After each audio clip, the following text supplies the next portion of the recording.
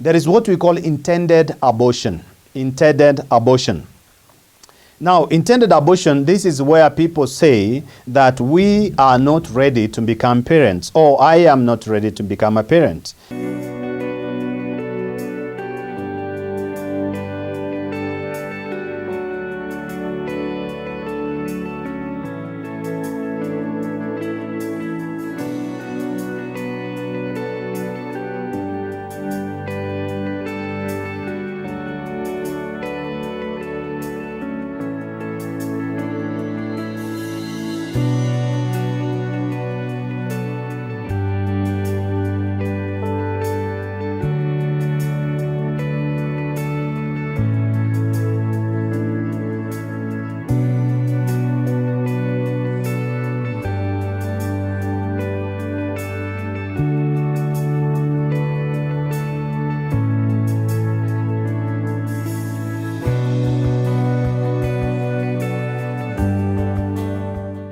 What does abortion do? Is it really something that is acceptable? I know in many countries people have spoken about accepting abortion.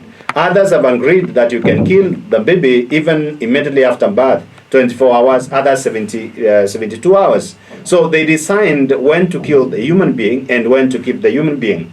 So it is not now the responsibility of God to keep children, to keep life. It is actually now human beings who are deciding whether they want to keep life or not.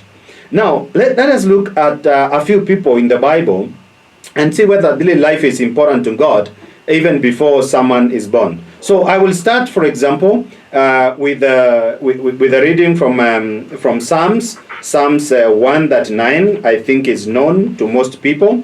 Psalms 139, 139 verse 14.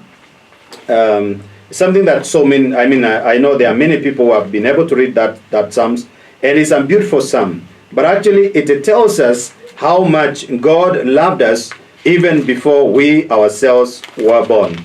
Before we ourselves were born. So it says, I praise you so wonderfully, you made me wonderful are your works. My very self you knew. My bones were not hidden from you when I was being made in secret, fashioned as in the depths of the earth. Your eyes foresaw my actions. In your book all are written down. My days were shaped before one came to being. So what the psalmist is telling us is that he will go on to praising the Lord the rest of his life. But the reason why he's doing this is because he understands that even when he himself was not born, God the Father knew him. And he even wrote his days, all his days in his book. That means God had already destined a certain plan for you. And of course, it's the plan that is very clear in the book of Jeremiah, chapter 11, verses 29. It says that God has the good plans for us. And so that's why the psalmist is saying that God saw everything. Even when your bones were being formed, they were seen in the eyes of God. And so what that means is a human life is essential, is life from conception. All the way, even before conception anyway, God still has you in the mind. And so it's essential to actually realize that we need to preserve life through and through. Let's also hear what Jeremiah says. Jeremiah tells us something also very important in Jeremiah chapter 1 verses 5.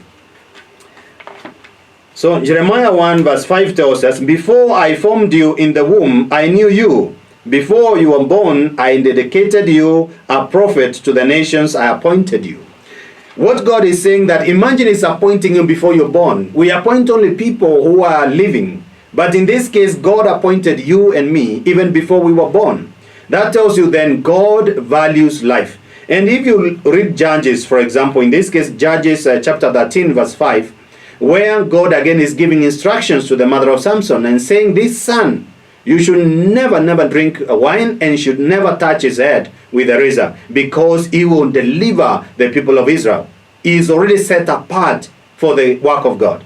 And so that clearly tells us that all of us are already in the mind of God, and therefore life needs to be protected, needs to be, preserved through and through in the womb, whatever the challenges. I was watching Renewal Ministries in America, and there's an auxiliary bishop who was giving a testimony, and he was saying that when he was conceived, he was, I think, in 21 weeks in the mother's womb, the water broke. And he went to the doctor, said, no, I can't continue helping you because you have to take out this baby. Otherwise, the baby will come with so many deformities if the baby survives. But then the mother said, no, I want to change a doctor. And they changed the doctor. And after changing the doctor, the bishop was born. And when he was born, the mother says that this son of mine must be in the mind of God, and God must be having a great plan to have kept him. Imagine water breaking at 21 weeks.